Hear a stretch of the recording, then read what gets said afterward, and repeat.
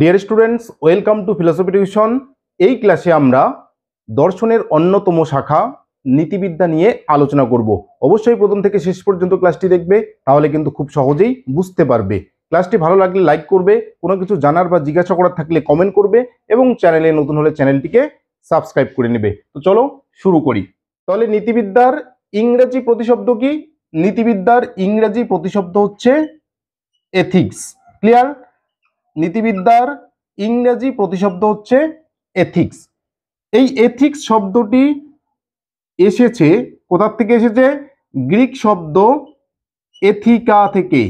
তাহলে এথিক্স শব্দটি আসলো গ্রিক শব্দ এথিকা থেকে। এথিকা কথার অর্থ কি? এথিকা কথার অর্থ হচ্ছে রীতিনীতি বা অভ্যাস। তাহলে এথিকা কথার অর্থ হচ্ছে রীতিনীতি বা অভ্যাস। আচ্ছা, এই এথিকা শব্দটি আবার আসলো গ্রিক শব্দ এথোস থেকে। তাহলে এথিকা শব্দটা আবার আসলো কোথা থেকে? গ্রিক শব্দ এথোস থেকে। এথোস কথার অর্থ কি? এথোস কথার অর্থ হচ্ছে মানুষের আচরণ বা চরিত্র। তাহলে নীতিবিদ্যার ইংরেজি প্রতিশব্দ হচ্ছে এথিক্স। এথিক্স শব্দটা আসলো গ্রিক শব্দ এথিকা থেকে। এই এথিকা শব্দটা আবার আসলো গ্রিক শব্দ এথোস থেকে। এথিকা শব্দের অর্থ হচ্ছে রীতিনীতি বা অভ্যাস, আর এথোস শব্দের অর্থ হচ্ছে মানুষের আচরণ বা চরিত্র। ক্লিয়ার? তাহলে আমরা বলতে পারি এথিক্স বা নীতিবিদ্যা। তাহলে এথিক্স বা নীতিবিদ্যা কি? তাহলে এথিক্স বা নীতিবিদ্যা হচ্ছে তাহলে নীতিবিদ্যা কি? মানুষের অভ্যাস বা আচরণ সম্পর্কিত বিদ্যা। আচ্ছা, এবার দেখো, মানুষ কোথায় বাস করে? মানুষ সমাজে বাস করে, তাই তো? মানুষ হচ্ছে সমাজে বাস করে। আচরণ, মানুষের অভ্যাস বা আচরণ কি কি হতে পারে? মানুষের অভ্যাস বা আচরণ, তাহলে মানুষের আচরণ ভালো মন্দ, উচিত অনুচিত, ন্যায় অন্যায় প্রভৃতি হতে পারে। ক্লিয়ার? তাহলে যদি আমরা বলি যে নীতিবিদ্যা কাকে বলে, তাহলে আমরা বলতে পারি তাহলে দর্শনের যে শাখা সমাজে বসবাসকারী মানুষের আচরণের ভালোত্ব মন্দত্ব, ন্যায় অন্যায়, যথোচিত অযথোচিত বা অনুরূপ বিষয় নিয়ে আলোচনা করে, তাকে নীতিবিদ্যা বলে। তাহলে মানুষের আচরণ যদি ভালো হয় সেটা নিয়েও নীতিবিদ্যা আলোচনা করবে, মানুষের আচরণটা যদি মন্দ হয় বা খারাপ হয় সেটাকে নিয়েও কিন্তু নীতিবিদ্যা আলোচনা করে। তাহলে দেখো, এবার মানুষের আচরণ ভালো মন্দ, উচিত অনুচিত প্রভৃতি হতে পারে। প্রশ্নটা হচ্ছে যে কোন ধরনের আচরণের আমরা নৈতিক বিচার করতে পারবো। তাহলে নীতিবিদ্যায় দুই ধরনের কিন্তু ক্রিয়ার কথা বলা হয় বা দুই ধরনের কর্মের কথা বলা হয়। একটা হচ্ছে স্বেচ্ছাকৃত কর্ম, একটা স্বেচ্ছাকৃত কর্ম। তাহলে স্বেচ্ছাকৃত কর্মটা কি? স্বেচ্ছাকৃত কর্ম মানে হচ্ছে যে কাজ মানুষ স্বাধীনভাবে করতে পারে। তাহলে যে কাজ মানুষ স্বাধীনভাবে করতে পারে সেই কাজটাকেই বা সেই কর্মটাকেই বলা হচ্ছে কি? স্বেচ্ছাকৃত কর্ম। তাহলে যে কাজ মানুষ স্বাধীনভাবে করতে পারে সেই কাজের কি হয়? নৈতিক বিচার হয়। সেই কাজের নৈতিক বিচার হয় মানে সেই কাজের আমরা ভালো মন্দ বিচার করতে পারি। যেমন আমি ইচ্ছা করলে সত্য কথা বলতে পারি, আবার যদি আমি ইচ্ছা করি তাহলে কিন্তু আমি মিথ্যা কথাও বলতে পারি।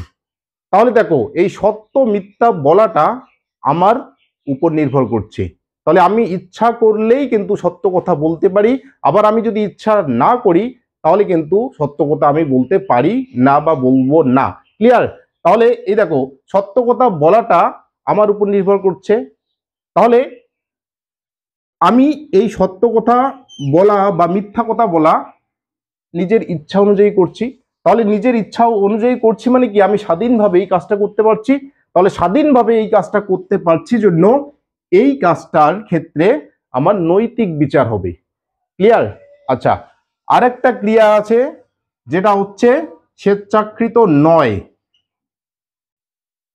স্বেচ্ছাকৃত নয়, স্বেচ্ছাকৃত নয় মানে হচ্ছে যে কাজ মানুষ স্বাধীনভাবে করতে পারে না। তাহলে যে কাজ মানুষ স্বাধীনভাবে করতে পারে না তার কিন্তু নৈতিক বিচার হয় না, অর্থাৎ সেই কাজের কিন্তু নৈতিক বিচার হয় না। ক্লিয়ার? তাহলে সেই কাজের নৈতিক বিচার কি হয় না। তাহলে নৈতিক বিচার হয় না, যেমন কি হতে পারে দেখো, স্বেচ্ছাকৃত নয়, স্বয়ংক্রিয়া। এই স্বয়ংক্রিয়ার কিন্তু নৈতিক বিচার হবে না। স্বয়ংক্রিয়াটা কি? একটা শিশু যখন জন্ম নিল, জন্মানোর পর শিশুটা কিন্তু হাত পা ছোড়াছুড়ি করে, কখনো হাসে কখনো কাঁদে, ঠিক আছে? তাহলে এই যে এই হাসা বা কাঁদা বা হাত পা নড়ানড়ি এই সমস্ত কিন্তু শিশুটা তার ইচ্ছা অনুসারে করে না। ক্লিয়ার? অর্থাৎ এই হাত পা নড়ানড়ির ক্ষেত্রে কিন্তু শিশুটার স্বাধীনতা থাকে না। ক্লিয়ার? এরপরে প্রতিবর্ত ক্রিয়া। প্রতিবর্ত ক্রিয়া, প্রতিবর্ত ক্রিয়াটা কি? তীব্র আলো যদি আমার চোখে পড়ে, চোখের পাতা দুটো বুজে যায়, তাহলে দেখো এই ক্ষেত্রে কিন্তু আমার কোন রকম স্বাধীনতা থাকে না।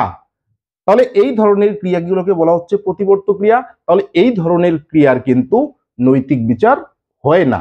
তাহলে যে কাজ মানুষ স্বাধীনভাবে করতে পারে, যে কাজের ক্ষেত্রে মানুষের স্বাধীনতা থাকে, শুধুমাত্র সেই কাজেরই নৈতিক বিচার হয়।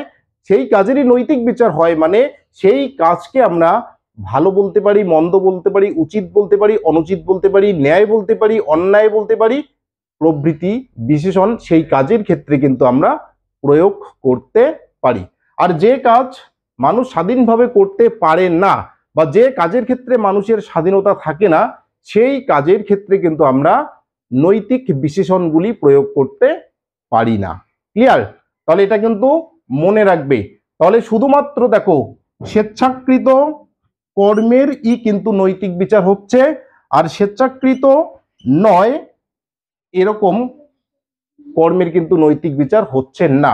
অর্থাৎ মানুষের আচরণটা যখন সে তার স্বাধীনভাবে সে তার ইচ্ছা অনুযায়ী প্রকাশ করে, মানুষের আচরণটা যখন তার ইচ্ছা অনুযায়ী প্রকাশিত হয় তখন সেই আচরণটারই নৈতিক বিচার হয়। মানে হচ্ছে সেই আচরণটাকে আমরা ভালো মন্দ উচিত অনুচিত প্রভৃতি বিশেষণে বিচার করতে পারি। আচ্ছা, তাহলে দেখো এই যে ভালো মন্দ উচিত অনুচিত ন্যায় অন্যায় এই সমস্ত বিচার আমরা কিসের পরিপ্রেক্ষিতে করছি? এই সমস্ত কিছু বিচার আমরা একটা আদর্শের পরিপ্রেক্ষিতে করি, যে আদর্শটাকে বলা হচ্ছে শিব। শিব মানে হচ্ছে আচরণের আচরণের আদর্শ। ক্লিয়ার? তাহলে শিব মানেই হচ্ছে আচরণের আদর্শ। তাহলে এই আচরণের আদর্শ বা শিবের আদর্শে কিন্তু কোনো একটা কাজের বা মানুষের ব্যবহারের আমরা ভালো মন্দ উচিত অনুচিত ন্যায় অন্যায় প্রভৃতিকে বিচার করছি বা মূল্যায়ন করছি। এর জন্য নীতিবিদ্যাকে কি বলা হচ্ছে? নীতিবিদ্যাকে বলা হয় আদর্শনিষ্ঠ বিজ্ঞান। আদর্শনিষ্ঠ বিজ্ঞান। ক্লিয়ার? তাহলে আদর্শনিষ্ঠ বিজ্ঞান কেন বলা হচ্ছে? কারণ এখানে যে নৈতিক বিচারগুলো করা হচ্ছে সেটা একটা আদর্শের মাপকাঠিতে করা হচ্ছে। আচ্ছা, এবার নীতিবিদ্যাকে কিন্তু মোরাল ফিলোসফিও বলে। Moral philosophy. তাহলে মোরাল ফিলোসফি মানে হচ্ছে কি? মোরাল ফিলোসফি মানে হচ্ছে নীতি দর্শন। তাহলে নীতি দর্শনও বলা হচ্ছে নীতিবিদ্যাকে। ক্লিয়ার? তাহলে এই হচ্ছে নীতিবিদ্যার সংক্ষিপ্ত আলোচনা। তাহলে নীতিবিদ্যা দেখো মানুষের আচরণের ভালোত্ব মন্দত্ব উচিত অনুচিত প্রভৃতি বিশেষণ নিয়ে আলোচনা করছে। অর্থাৎ কোন কাজটা ভালো, সত্য কথা বলা উচিত নাকি সত্য কথা বলা অনুচিত, এটা নিয়ে আলোচনা করবে নীতিবিদ্যা।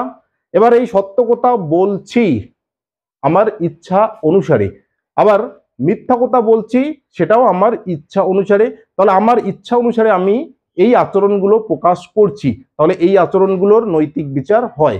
কিন্তু একটা শিশু জন্মানোর পর তার হাত পা নড়াচড়া করে, এরপর কাউকে দেখে আমরা যখন হাসি, দেখবে শিশুগুলো অনেক সময় হাসে, আমরা যখন কান্না করি শিশুগুলোও কিন্তু কান্না করে। তাহলে আমরা হাসছি, আমাকে দেখে যে শিশুটা হাসছে সে কিন্তু সেটা তার ইচ্ছা অনুসারে করছে না, এটা অনুকরণ করছে। তাহলে অনুকরণমূলক ক্রিয়া, স্বয়ং ক্রিয়া, প্রতিবর্ত ক্রিয়া প্রভৃতি ক্রিয়ার কিন্তু নৈতিক বিচার হচ্ছে না, কারণ এই সমস্ত ক্রিয়ার ক্ষেত্রে আমাদের স্বাধীনতা থাকে না। অর্থাৎ আমরা এই সমস্ত ক্রিয়ার ক্ষেত্রে আমরা কিন্তু এই ক্রিয়াগুলো স্বাধীনভাবে করতে পারি না। শ্বাস প্রশ্বাস নেওয়া, তাহলে শ্বাস প্রশ্বাস আমার ইচ্ছা অনুসারে বা ইচ্ছার বিরুদ্ধে কিন্তু হচ্ছে না, তাহলে এই সমস্ত ক্রিয়ার ক্ষেত্রে নৈতিক বিচার হয় না। ক্লিয়ার? তাহলে শুধুমাত্র ইচ্ছাকৃত কর্ম বা স্বেচ্ছাকৃত কর্ম এরই নৈতিক বিচার হচ্ছে, অর্থাৎ যে আচরণটা আমি আমার ইচ্ছা অনুসারে প্রকাশ করছি সেটা নৈতিক বিচার হচ্ছে, আর যে আচরণটাকে আমি স্বাধীনভাবে প্রকাশ করতে পারছি না, অটোমেটিক্যালি প্রকাশিত হয়ে যাচ্ছে, সেক্ষেত্রে কিন্তু নৈতিক বিচার হয় না। তাহলে এই হচ্ছে নীতিবিদ্যার সংক্ষিপ্ত আলোচনা। অবশ্যই ক্লাসটি ভালো লাগলে লাইক করবে, কোনো কিছু জানার বা জিজ্ঞাসা করার থাকলে কমেন্ট করবে এবং চ্যানেলে নতুন হলে চ্যানেলটিকে সাবস্ক্রাইব করে নেবে।